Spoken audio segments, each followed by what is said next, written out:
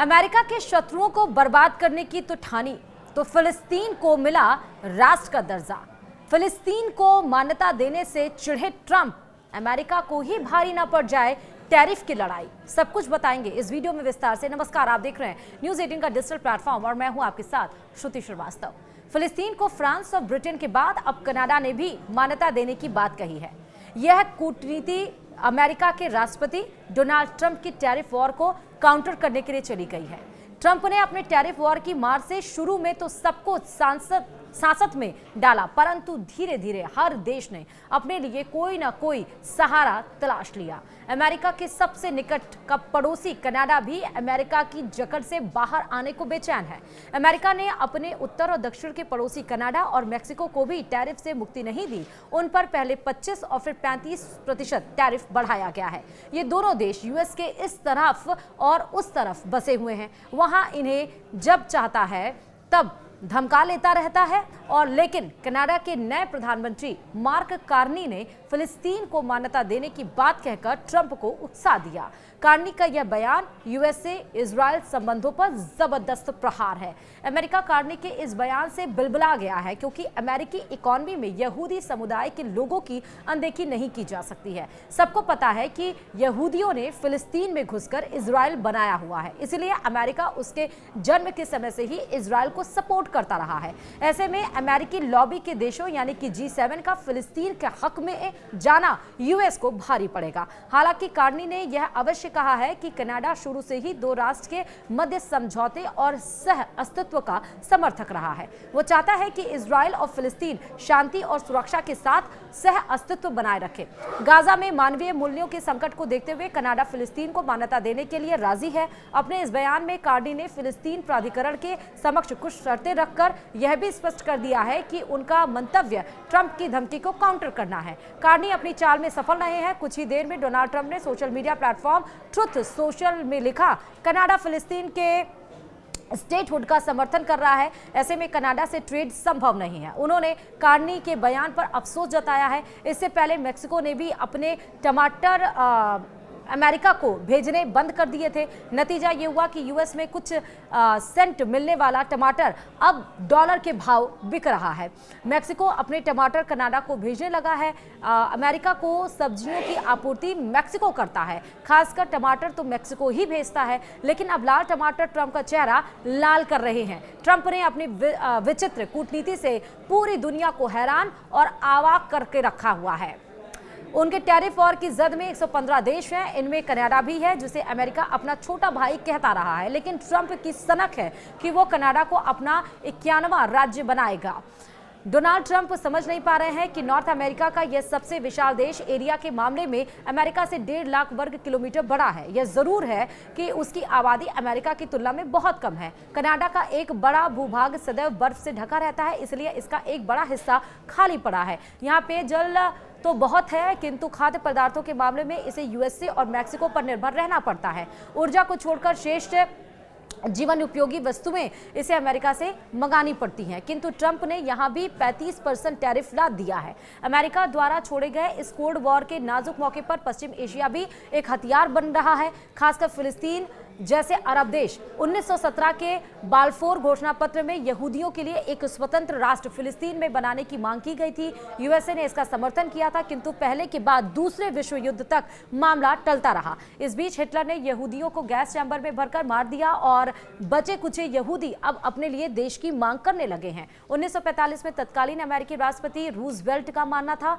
कि यहूदी देश इजराइल की स्थापना के पूर्व अरबों और यहूदियों दोनों से बात की जाए। लेकिन अरब जमीन पर उस समय ब्रिटिश इंडिया कानून चलता था। ब्रिटिशर्स के पास इस आशय का एक शासनादेश भी था, इसलिए ब्रिटेन से भी बात जरूरी थी। रूजवेल्ट के बाद जब ट्रूमैन राष्ट्रपति हुए तो 1946 में उन्होंने एक कैबिनेट मिशन अपने सहायक विदेश मंत्री डॉक्टर हेनरी एफ ग्रेडी की अध्यक्षता में बनाया। इस मिशन के विशेषज्ञों ने ब्रिटेन से भी बात की और उसकी सहमति मिलने के बाद मई 1946 में 1 लाख यहूदियों को यहां बसाने की घोषणा की। अगले वर्ष यानी कि अगले साल संयुक्त राष्ट्र एक आयोग ने मतलब संयुक्त राष्ट्र के एक आयोग ने फिलिस्तीन को एक यहूदी और एक अरब राज्य में विभाजन की सिफारिश की। 14 मई 1948 में जब ब्रिटिशर्स के शासनादेश की अवधि समाप्त होने वाली थी तो ग्रेट ब्रिटेन ने फिलिस्तीन के विभाजन की अनुमति दे दी। फिलिस्तीन का विभाजन हो गया, यहूदियों के कब्जे वाला क्षेत्र इजराइल कहलाया और अरबों की जमीन फिलिस्तीन। विभाजन के बाद यरूशलेम के आसपास का धार्मिक महत्व वाला क्षेत्र संयुक्त राष्ट्र द्वारा प्रशासित अंतर्राष्ट्रीय नियंत्रण के तहत कर दिया गया। यहूदी अरब में पहले भी रहते थे। यरूशलेम तो यहूदी, ईसाइयों और मुस्लिमों तीनों के लिए पवित्र धार्मिक स्थल है। यहूदियों की अधिकतर बसावट अरब के इस क्षेत्र में थी, किंतु पहले ईसाइयों और बाद में इस्लाम की ओर के जोर ने उन्हें दरबदर कर दिया। यहूदियों ने 14वीं और 15वीं शताब्दी के दौरान यूरोप के खोजी अभियान में खूब पैसा लगाया, इसलिए अमेरिका, अफ्रीका और भारत में भी वे व्यापार करने लगे। स्वतंत्र संयुक्त राज्य अमेरिका यानी यूएस के निर्माण में उनकी व्यापार की अच्छी बलवती है, इसीलिए यूएस यहूदियों को पश्चिम एशिया में एक स्वतंत्र देश दिलाने के प्रति अधिक कटिबद्ध था। यह अमेरिका का ही प्रत्यक्ष अथवा अप्रत्यक्ष सपोर्ट था, जिसके चलते इजराइल धीरे धीरे फिलिस्तीन पर प्रभावी होता गया और उसने वेस्ट बैंक के कई क्षेत्रों पर कब्जा कर लिया। अमेरिका पश्चिम एशिया पर इजराइल के मार्फत अपना दबदबा बनाता था और मध्य पूर्व तथा दक्षिण एशिया में पाकिस्तान के मार्फत, मगर इजराइल के पीछे और कोई देश नहीं आया, जबकि पाकिस्तान अपनी भौगोलिक बनावट के चलते सोवियत संघ का भी प्रिय रहा। सोवियत संघ बिखरने के बाद रूस भी उसकी अहमियत को समझता है और नया उभर रहा चीन भी। अमेरिका तो उसे छोड़ेगा नहीं। इसके अलावा पाकिस्तान का एलीट क्लास भी करप्ट है, उसे पैसे देकर खरीदा जा सकता है। यही कारण है कि यूएसए पाकिस्तान और इजराइल की पीठ पर हाथ रखना कभी नहीं छोड़ेगा। इस बात को G7 के उन देशों ने पकड़ लिया है जो व्यापार में उतने ही माहिर हैं जितना कि ब्रिटेन। फ्रांस के राष्ट्रपति ने जैसे ही फिलिस्तीन को मान्यता देने की बात कही, वैसे ही सऊदी अरब खिल उठा। उधर फ्रांस के राष्ट्रपति इमैनुअल मैक्रोन ने फिलिस्तीन को राष्ट्र का दर्जा दिया। तत्काल ब्रिटेन के भी कान खड़े हो गए। लगभग 200 वर्षों तक पूरे विश्व व्यापार को उसने कंट्रोल किया और बहुत सारे देशों पर राज भी। वह समझ गया कि इस बहाने इमैनुअल मैक्रोन ने फ्रांस के हथियारों की खरीद के लिए दरवाजे खोल दिए हैं, इसलिए ब्रिटेन के प्रधानमंत्री कीर स्टारमर ने भी फिलिस्तीन को मान्यता देने की घोषणा कर दी है। अब इसी रास्ते पर कनाडा के प्रधानमंत्री मार्क कार्नी भी आ गए।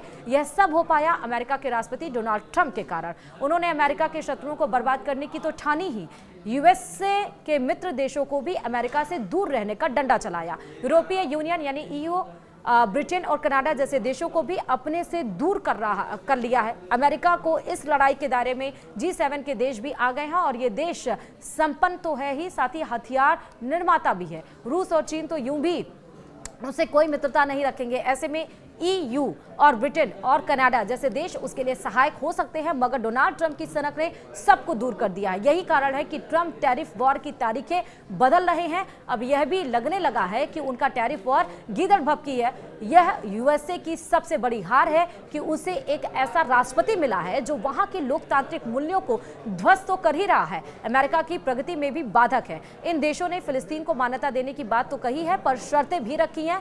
पहली शर्त है गाजा पट्टी से हमास जैसे संगठनों को बाहर करने की।